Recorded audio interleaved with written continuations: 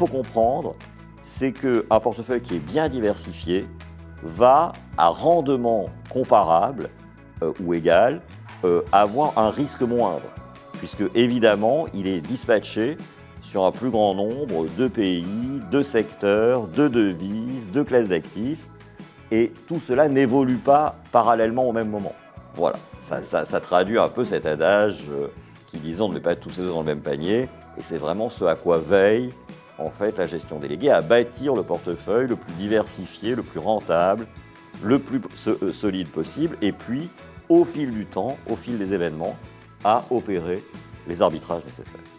La gestion déléguée, finalement, c'est contrer les biais comportementaux qu'on a tous réellement. Quand nous-mêmes, on est investisseur privé, on a ces biais comportementaux. Et un des biais, c'est le biais de familiarité qui est évoqué là. On investit dans les valeurs françaises, etc. Et on a vu par exemple le risque politique survenir et les conséquences que ça a eu sur la classe action française. Et c'est ça qui est assez intéressant, c'est-à-dire que cette modulation et cette diversification, elle permet par rapport au risque que le client est prêt à prendre, d'obtenir une meilleure rentabilité.